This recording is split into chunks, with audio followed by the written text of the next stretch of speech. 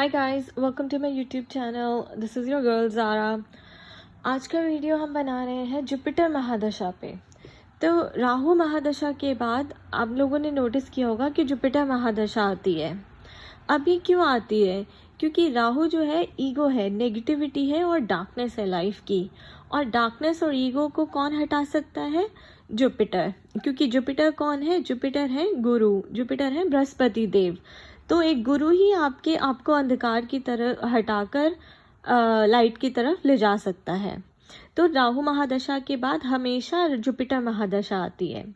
अब मैं इस पे वीडियो क्यों बना रही हूँ? मैं इस पे वीडियो इसलिए बना रही हूँ क्योंकि राहु के महादशा के लास्ट 2 इयर्स जो बहुत ही ट्रांसफॉर्मिंग होते हैं और चेंजिंग होते हैं, क्योंकि आपकी पूरी एक साइकिल कंप्लीट हुई है, आपकी पूरी एक महादशा कंप्लीट हुई है और आप एक डिफरेंट महादशा में जा रहे हो।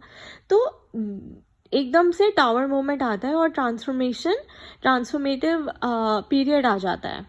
तो उसमें बंदे को पता नहीं चलता कि सही क्या है गलत क्या है, क्योंकि वो 18 ईयर्स तक तो 16 ईयर्स तक तो वो राहु की दशा में चल रहा होता है और अपनी ईगो से ऑपरेट कर रहा होता है, नेगेटिविटी से। और अब एकदम से वो जुपिटर की महादशा में आने लग जाता है, और जो कि कम्प्लीटली स्पिरिचुअल दशा होती है, बिकॉज जुपिटर इज द गुरु। तो गुरु आपको अंधकार से हटा के लाइट में ले जाने के लिए स्पिरिचुअल अवेकनिंग देते हैं, राइट। और आपको सेल्फ रियलाइजेशन कराते हैं कि आप जो हैं अभी तक ईगो से ऑपरेट कर रहे थे, अब आपको सोल से ऑपरेट करना है। You have to feed your soul अगर आप लाइफ में प्रोग्रेस करना चाहते हैं। तो मैं ये वीडियो इसलिए बना रही हूँ क्योंकि मैंने अपनी लाइफ में जब मेरा ये ट्रांसफॉर्मेटिव पीरियड आया राहु के लास्ट 2 इयर्स में और मेरी स्पिरिचुअल अवेकनिंग हुई, मुझे कुंडलिनी एक्टिवेशन हुई, तो मुझे पता चला कि मैं अभी तक अपने सोल से सेपरेटेड थी। तो जब मेरी एक्टिवेशन हुई कुंडलिनी की, तब I got my soul back. और उसके 2 इयर्स बाद मेरी जुपिटर महादशा स्टार्ट होनी थी। तो राहु क्या करता है? वो तो इल्यूजन क्रिएट करता है और आपको बस भटकाता रहता है इधर से उधर। आपको पता नहीं चलता कि आपको करना क्या है। आप कभी भी सेटिस्फाइड नहीं फील करते, आप बस हर तरफ चीज़ों को एक्सप्लोर करते रहते हो।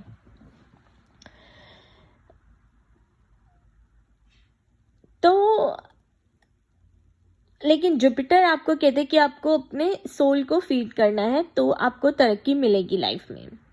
लेकिन अब होता क्या है, कई बारी हमें अवेकनिंग होती है, अवेकनिंग सिम्टम्स भी आते हैं और लेकिन हम कभी कभी इस चीज़ को समझ नहीं पाते।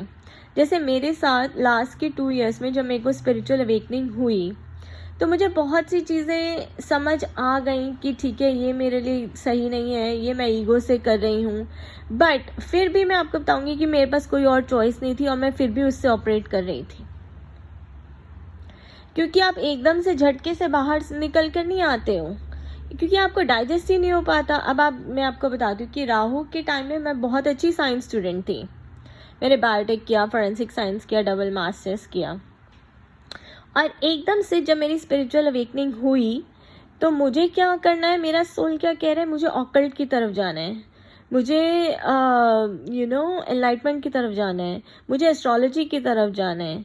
तो जितनी भी ये सारी मेटाफिजिक्स हैं, मुझे उसकी तरफ जाना है। तो मुझे एकदम से बिलीव ही नहीं हुआ कि मैं ये सब कर सकती हूँ।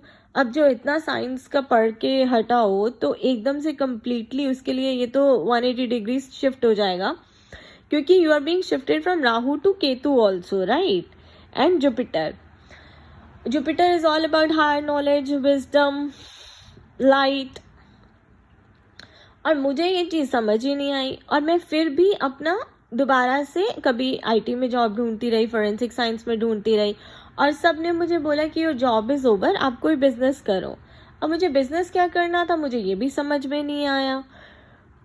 तब बाद में पता चला कि मैं जो हूँ एक लाइट वर्कर हूँ, क्योंकि जब आपकी स्पिरिचुअल अवेकनिंग हो जाती है, तो आपको जो नॉलेज आप गेन करते हैं थ्रू रिसर्च एनालिसिस, आपको वो लोगों के साथ शेयर करनी होती है। और जुपिटर महादशा में भी यही होता है, because Jupiter is all about higher knowledge, gaining wisdom and then sharing your light with the world. तो मुझे आपको वो कहते हैं कि कंसल्टेशन का बिज़नेस करना चाहिए। मुझे कई इतने टाइम तक मुझे पता ही नहीं चला, क्योंकि मुझे लगा कि मैं क्या बिज़नेस करूँगी, because I have to make my bread and butter, right. मुझे पैसे भी चाहिए गुजारा करने के लिए। तो इन सब चीज़ों से, स्पिरिचुअलिटी से कोई ऐसे स्टडी सोर्स ऑफ इनकम तो होता नहीं है। तो मेरे जो है ये थोड़ा बहुत काफ़ी टाइम तक मैं इग्नोर करती रही। इसीलिए मैं थोड़ा लेट शुरू हुई हूँ वीडियोस बनाने के लिए, बट मैंने अपना ब्लॉग काफ़ी पहले शुरू कर दिया था। बिकॉज़ अगर आप एक लाइट वर्कर हो, स्टार सीड हो, एम्पैथ हो, तो आपको ये जो एनर्जी है अपनी, वो दूसरों को हील करने में लगानी है, ठीक है। इसीलिए वो कहते हैं कि एक ड्रास्टिक करियर शिफ्ट होता है अगर आपको कुंडलिनी एक्टिवेशन हो तो, क्योंकि आपको वो जो एनर्जी है, इतनी डिवाइन एनर्जी आपको दी गई है, वो आपको किसी को हील करने में लगानी है। तो आप टैरो कार्ड रीडिंग कर सकते हैं जिससे लोगों की हीलिंग हो, या फिर आप रेकी हीलिंग कर सकते हैं। आप ऑनलाइन ब्लॉग बना के लोगों को हीलिंग प्रोवाइड कर सकते हैं, 1-on-1। तो आप कुछ भी कर सकते हैं, लेकिन आपको ये यूज़ करना है लोगों की हीलिंग के लिए, लोगों को अपलिफ्ट करने के लिए।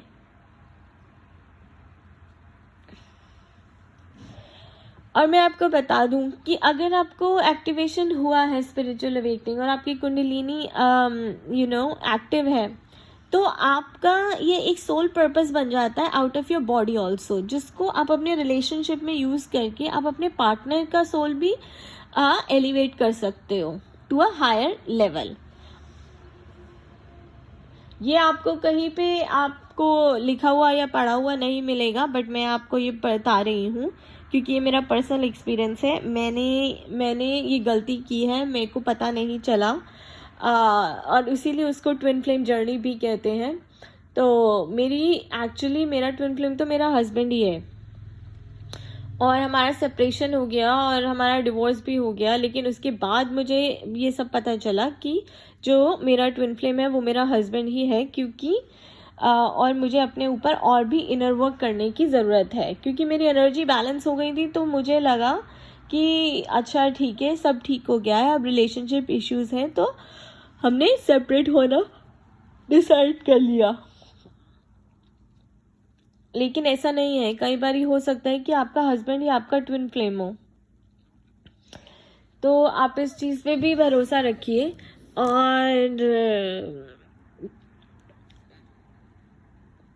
और पेशेंस रखिए। और मैं कहूँगी कि आप बहुत गाइडेंस लीजिए। अगर आप राहु से एकदम से ट्रांजिट करें जुपिटर महादशा में लास्ट के 2 इयर्स में, तो मैं आपको बता रही हूँ कि आपको अवेकनिंग कुछ ना कुछ ज़रूर होगी।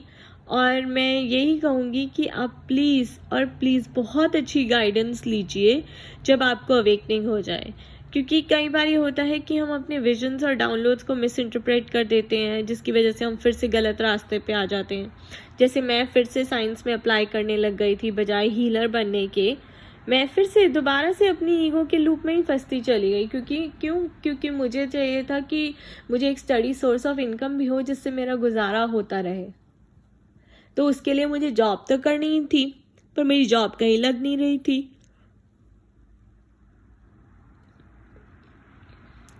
और जॉब लगी भी तो फिर सेम कंपनी में जिस कंपनी में मेरा हस्बैंड वर्क करता है।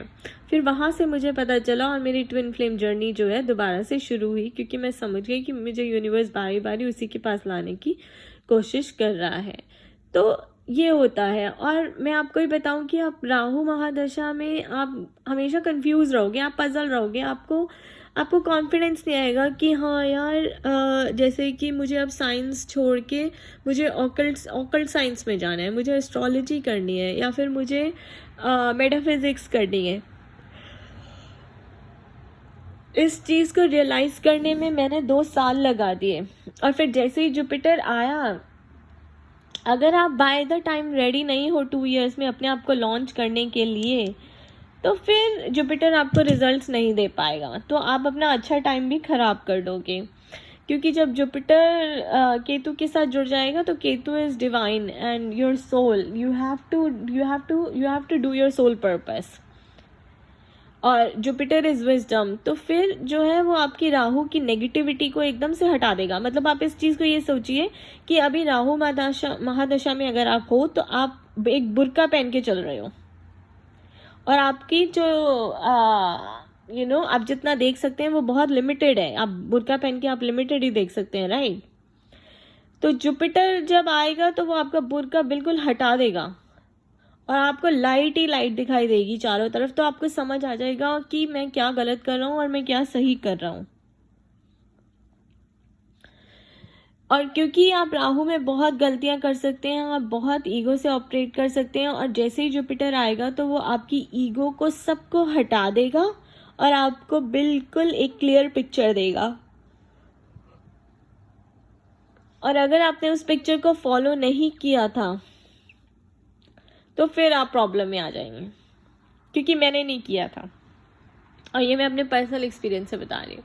जब मेरे को स्पिरिचुअल अवेकनिंग हुई, मुझे डाउनलोड्स आए, मुझे विजन्स आए, और उनमें क्लियरली लिखा हुआ था कि मेरे को मेरे हस्बैंड के पास जाना चाहिए और मुझे मेटाफिज़िक्स की क्लास लेनी चाहिए जिससे मुझे इमेंस गेन होगा। पर मुझे समझ नहीं आया और मैंने उस चीज़ को इग्नोर कर दिया। मुझे लगा कि क्योंकि ड्रीम्स भी कई बार बहुत कंफ्यूजिंग हो सकते हैं, और मैंने किसी एस्ट्रोलॉजर की हेल्प ली तो उन्होंने भी यही बोला कि ठीक है, आप इस रिलेशनशिप से बाहर आ जाओ। पर वो गलत था। आप प्लीज़ किसी की बात मत सुनिए, किसी की बातों में मत आइए। जो आपको स्पिरिचुअल लिबरेशन के टाइम आपको जब आपकी थर्ड आई ओपनिंग होगी, क्राउन चक्रा ओपन होगा, आपको एक मैसेज मिलेगा। वो मैसेज को आप बस पकड़ लीजिए और उस पर अपनी लाइफ को चलाइए। और जैसे ही आपकी लाइफ में ये शिफ्ट आ रहा है फ्रॉम राहु टू जुपिटर, तो इसको बहुत सीरियसली लीजिए। और ये मत सोचिए कि अब लोग क्या कहेंगे। जैसे मेरे को पता था मेरे पेरेंट्स में बायोटेक साइंस छोड़ के एकदम से ऑकल्ट में आऊँगी तो क्या कहेंगे मेरे पेरेंट्स कि ये तो पागल हो गई है, इसको तो पता ही नहीं है, इतना पढ़ लिख कर भी इसने कुछ नहीं किया है।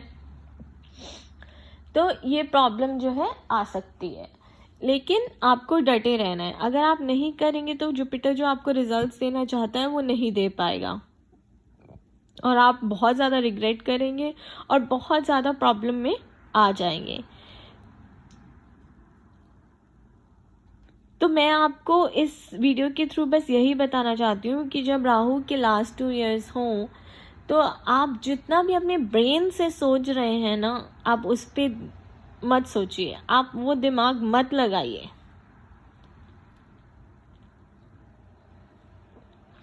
क्योंकि जितना आप दिमाग लगाएंगे उतना ही आपके जो विचार हैं और आपके जो डिसीजन से गलत होते जाएंगे।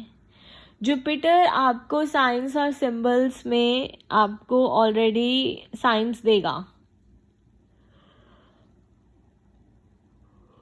कि आपको ये डार्कनेस छोड़ के लाइट की तरफ जाना है, आपको ये ईगो छोड़ के सोल की तरफ जाना है। तो जुपिटर आपको साइंस देगा और सिंबल्स देगा, तो आपको बस उसको फॉलो करना है।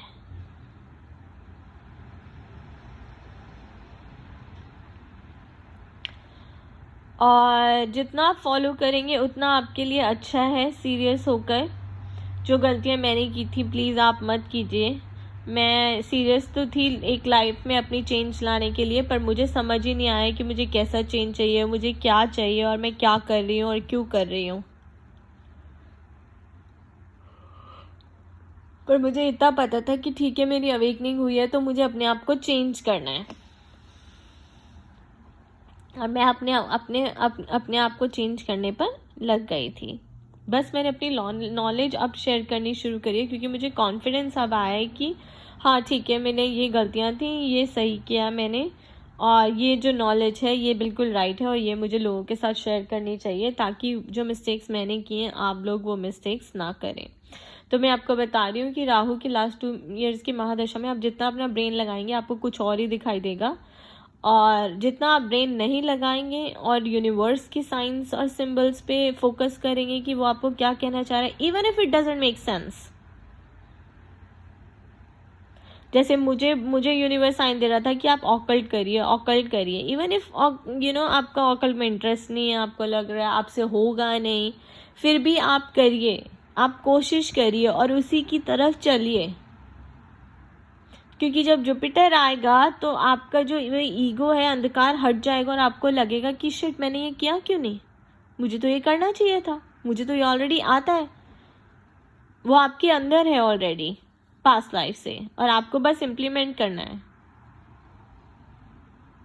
तो ये फ़र्क होता है, because Jupiter is a light bringer, और राहु जो है वो एक इल्यूजन क्रिएट करता है, आपको ट्रैप में रखता है, फियर के ट्रैप में रखता है, आपको डार्कनेस में रखता है, जो कि आपको नहीं रहना है, जो कि आपको नहीं करना है।